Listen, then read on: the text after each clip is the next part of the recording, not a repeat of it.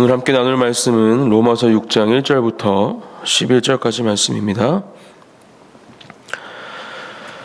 로마서 6장 1절부터 11절 말씀 함께 교독하시고 마지막 11절은 같이 읽겠습니다. 제가 먼저 봉독하겠습니다. 그런즉 우리가 무슨 말을 하리요? 은혜를 더하게 하려고 죄에 거하겠느냐?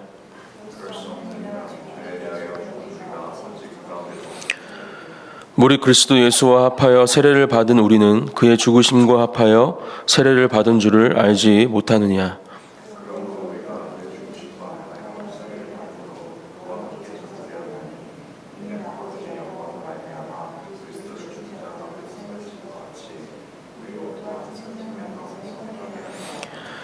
만일 우리가 그의 죽으심과 같은 모양으로 연합한 자가 되었으면 또한 그의 부활과 같은 모양으로 연합한 자도 되리라.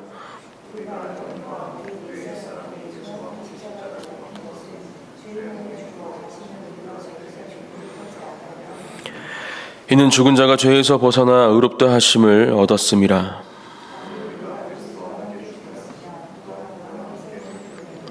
이는 그리스도께서 죽은 자 가운데서 살아나셨음에 다시 죽지 아니하시고 사망이 다시 그를 주장하지 못할 줄을 알미로라.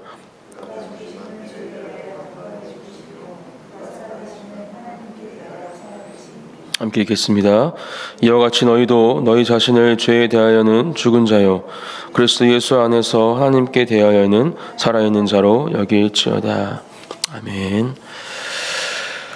오늘 6장 말씀을 보기 위해서는 어제 본문이었죠. 5장의 마지막 부분을 먼저 좀 함께 살펴보기 원합니다. 제가 5장 20절 말씀을 읽어드릴게요.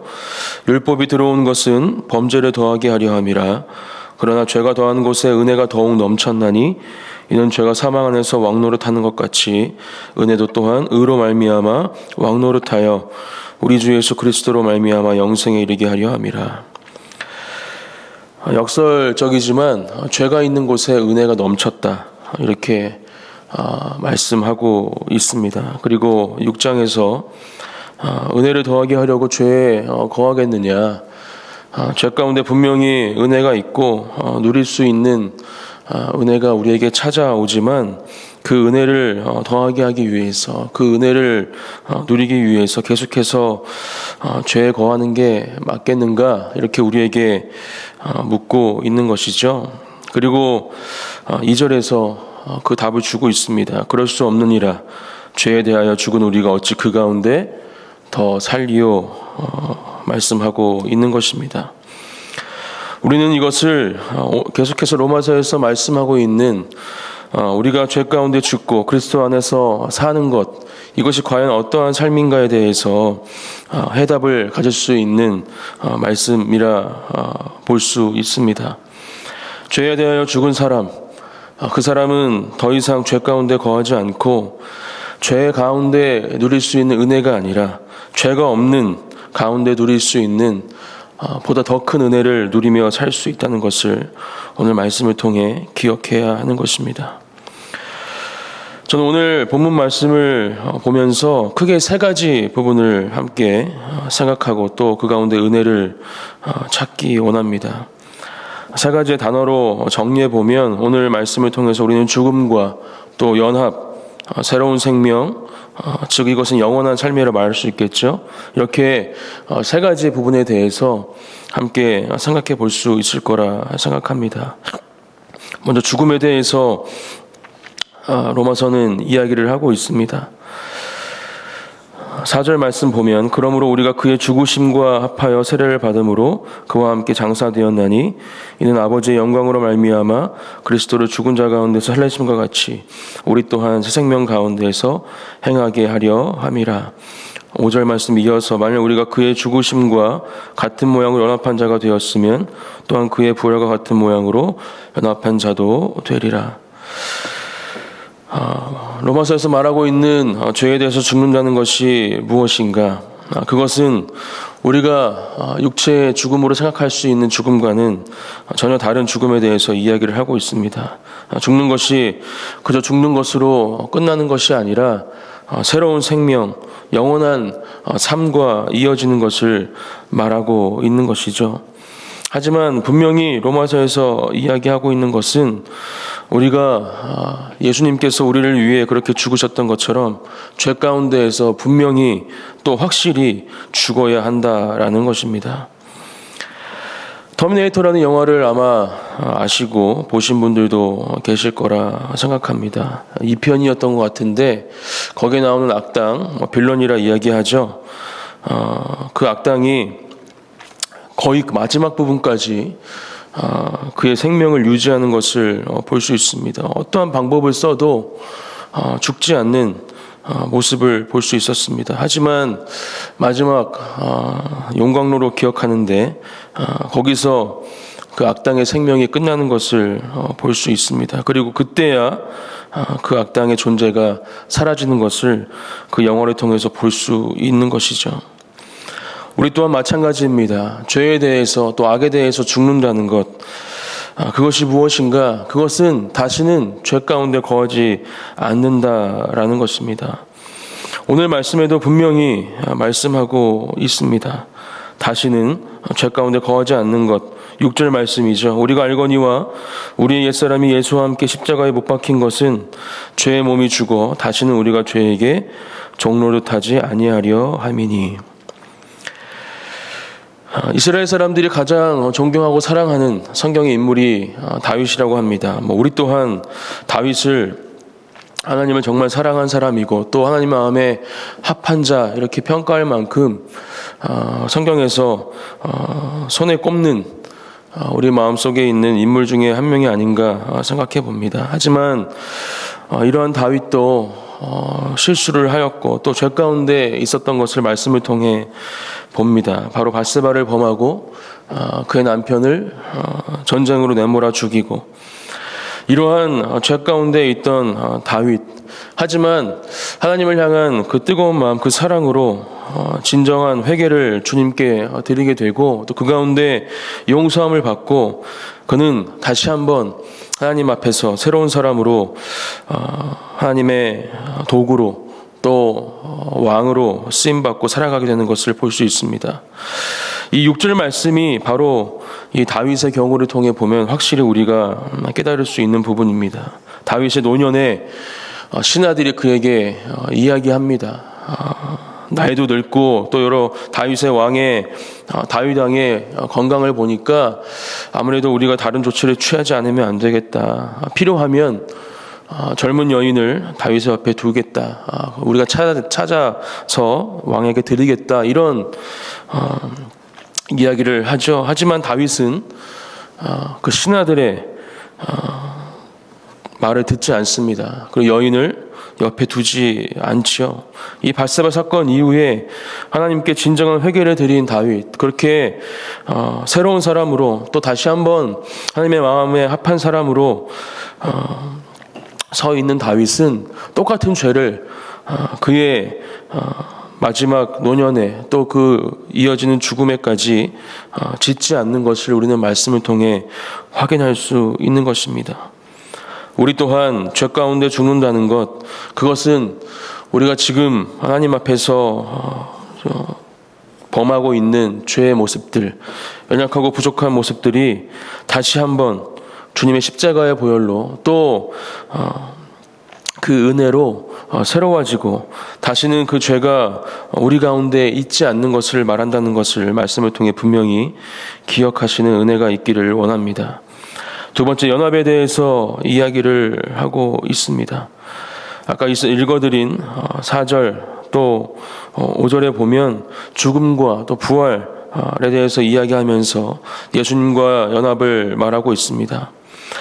창세기 2장에 보면 남자와 여자에게 둘이 한 몸이 될지라 이야기하며 온전한 연합에 대해서 하나님께서 말씀하고 있는 것을 볼 수 있습니다. 또 생각해보면 하나님의 존재 자체가 삼위의 하나님이 연합되어 있는 상태라는 것을 또한 우리는 알 수 있죠.